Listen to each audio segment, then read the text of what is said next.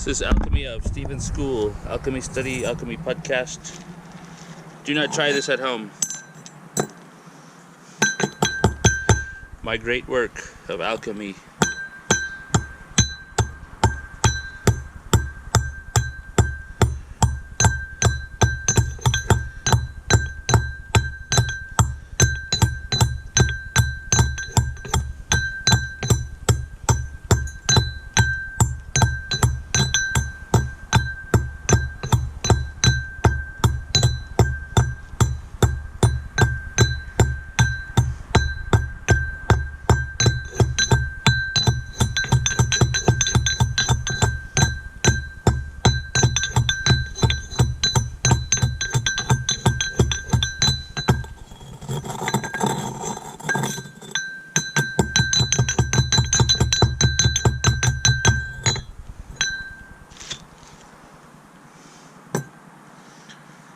Hopefully we got good lighting here.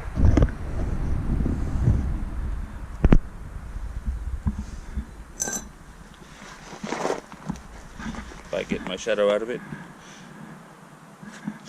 My cast iron mortar and pestle. My matter being worked upon.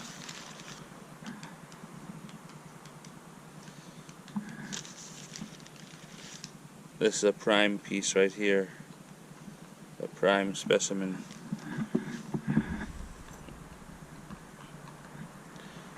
My new vessel.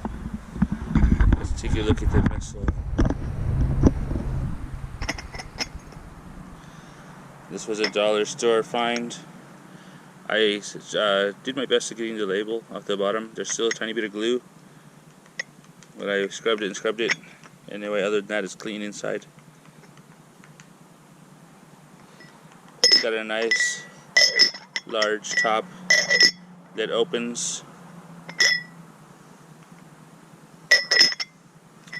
so I can gain access to the contents inside.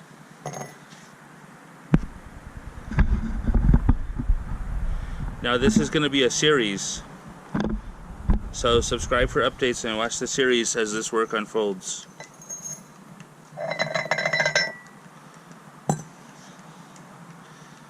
There's the new vessel. The alchemists, in my research, they did say grind the matter as fine as the painters grind the colors. You know, very fine powder. It's a little bit chunky still, but for the most of it is a fine powder. A little bit chunky. I think it's alright, because the secret fire of alchemy is said to complete the whole work by itself. And I think I've just given it a head start by doing a little grinding here. And I think, you know, according to the writings of the ancient sages, the secret fire alone should complement the work to perfection. So, prime specimen here.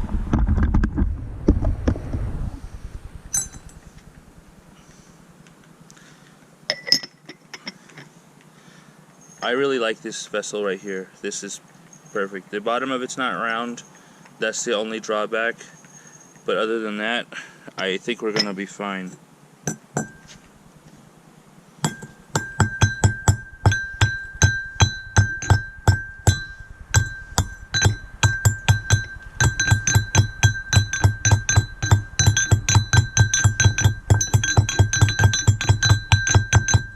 This is Alchemy of Stephen's School for informational purposes only. As I said, do not try this at home. Now, as I say, the bottom of this is flat. I don't think it matters. According to old alchemical texts, you know, they did recommend the round bottom flask. And some said, you know what, it doesn't really have to be round. And I think round is a little bit better. But I think this, you know, round on the sides and flat on the bottom is acceptable. Especially when it has other key features. Such as the top is easy to open and is so wide mouth on top that we can gain access to the interior at you know, different stages or the end of the great work. So I believe the good points outweigh the bad. And it's got a little design on the top there, like a sun which is interesting to me. So as I said, this is going to be a series, basically a podcast, although it's not going to be live, because for me to record it live, I would have to do it with my cell phone, and it doesn't give the full widescreen effect. It gives only a very narrow picture, very much cropped, which I don't like. So I can't really say this podcast will be weekly or daily, but there will be definitely additions to it, and it's going to be in a playlist on YouTube, so I want to put them in order. This will be the first in the podcast, so this will be number 1, and then the others will be in order after it in the playlist on YouTube. And I'm going to share it on the Alchemy Symbols Facebook page and also on Pinterest.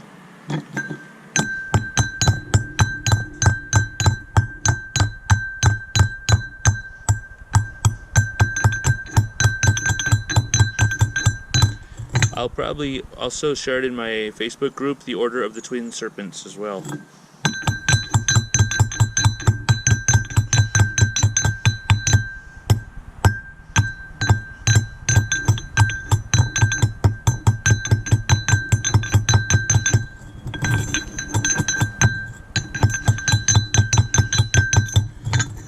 Little tidbits of information that I've gathered will be shared, such as, well, we discussed the painter's grind as fine as the colors.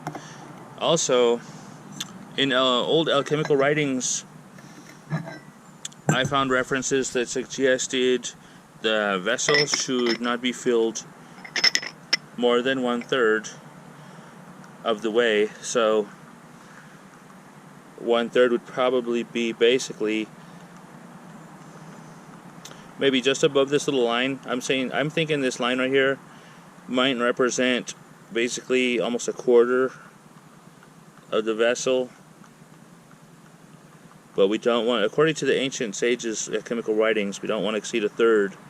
So 1/3 would probably be just above this line. So anywhere close to this line, I'm thinking, is going to be a good start.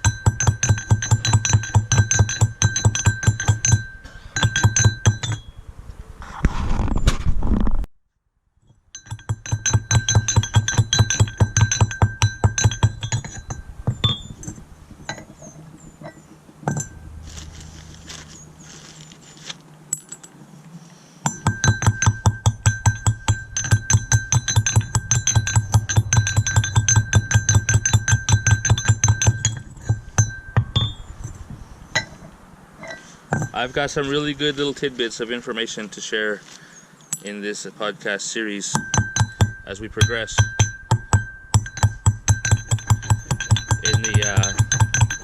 in my research regarding the Philosopher's Stone of Alchemy, which is what we're about here.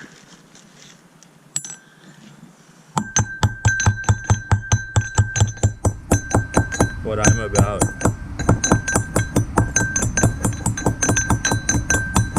But as I said, do not try this at home. This is Alchemy of Stephen School.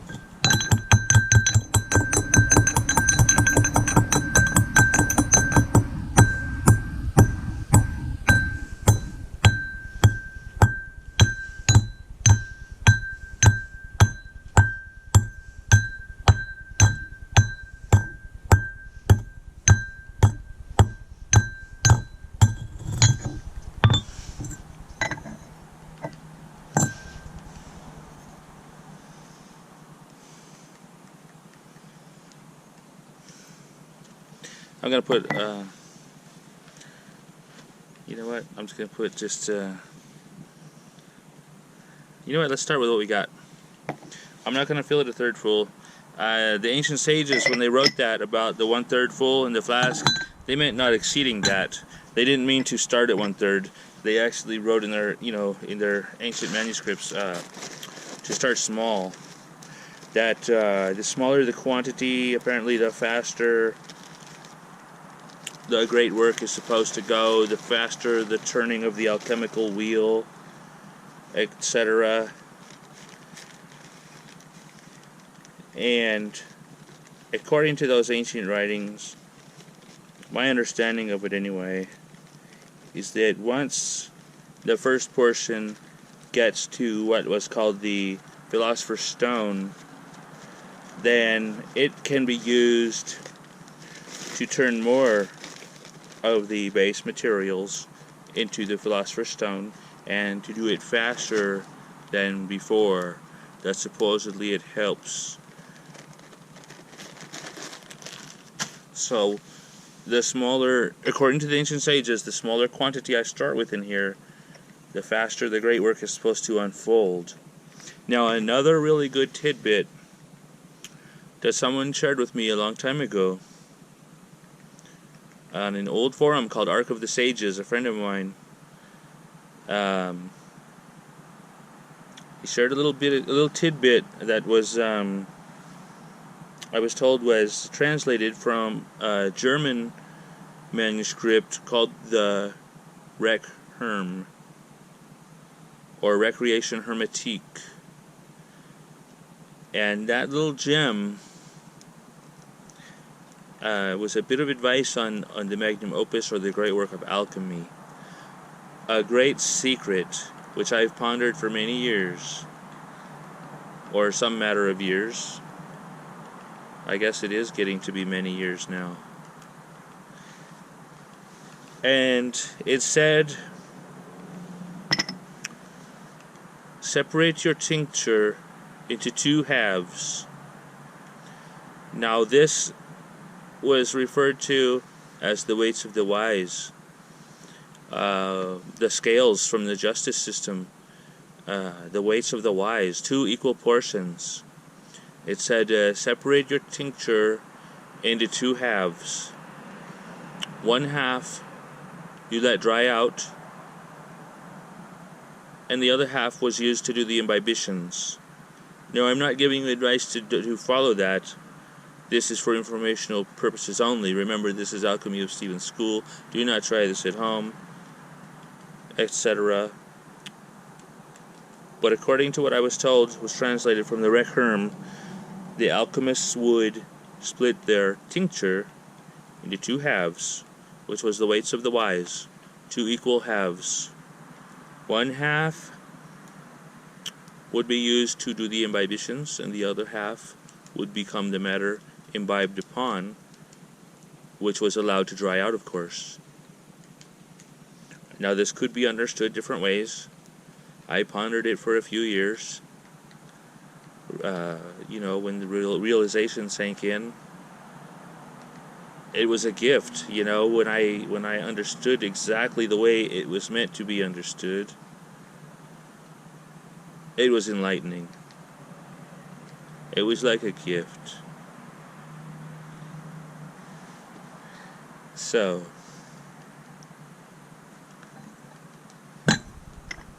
this is my new vessel, working on Iron Pyrite.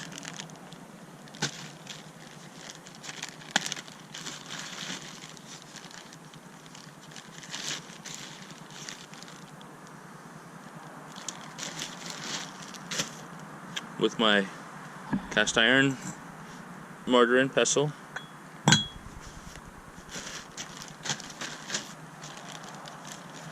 And this concludes part 1 of my new alchemy study podcast on YouTube, which will be shared on my Alchemy Symbols Facebook page, in my Order of the Twin Serpents Facebook group, and also on Pinterest.com. I'll probably make a board on there. I'll probably call it, Alchemy Study Podcast. Okay, that's what I'll do. I'll go on Pinterest to make a board, Alchemy Study Podcast, and I'll share it on there. And this concludes the first installment of my new Alchemy Study Podcast. Subscribe for updates. Thank you for watching. This is Alchemy of Stephen School.